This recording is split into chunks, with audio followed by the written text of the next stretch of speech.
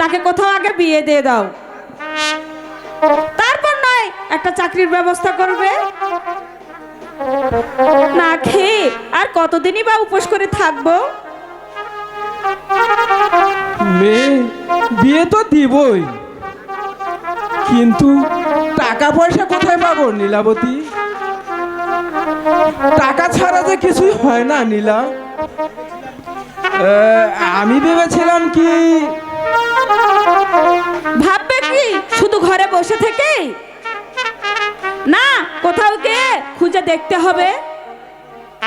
আমরা গরিব মানুষ, আবার কবে কি ঘটে বসে, তখন মেয়ে নিয়ে বুঝবে।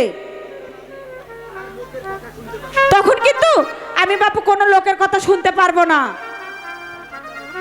বলো বলো নীলাবতী, চলো নীলাবতী,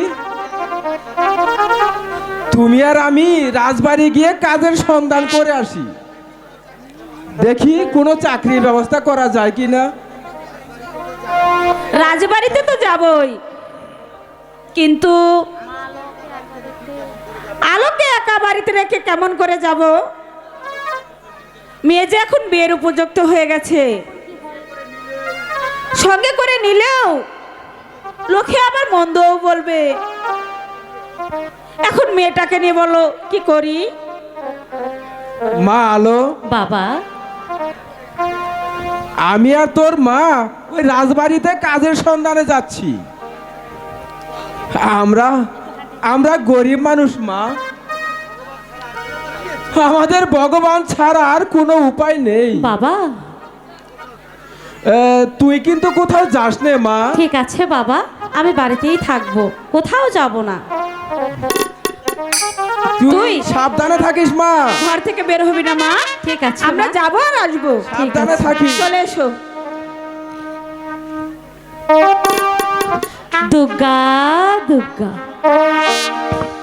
মাতা পিতা রেখে মোরে চলে গেল কাজে।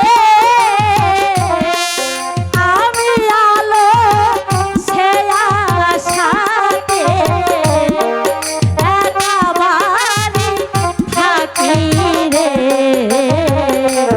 হায় ভগবান ডাকি তোমার।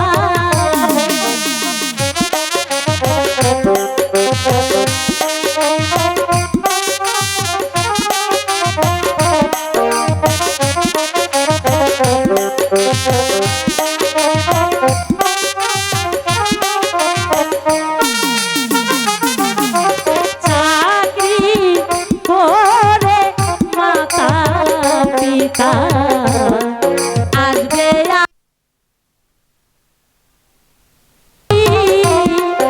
এয়া ভাগি বসে আছে পথ পানে চাইয়া রে।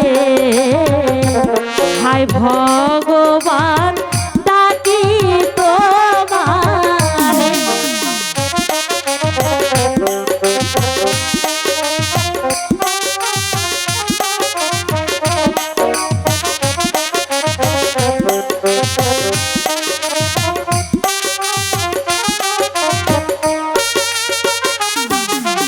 ভগবান তুমি সঙ্গের সঙ্গী, আর তো কেহ নাই।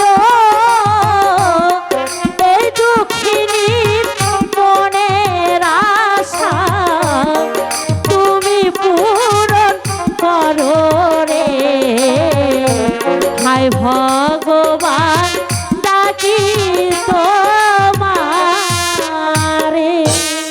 ওগো ঠাকুর, তুমি আমার মিতা মাতার সহায় থেকো ঠাকুর, সহায় থেকো।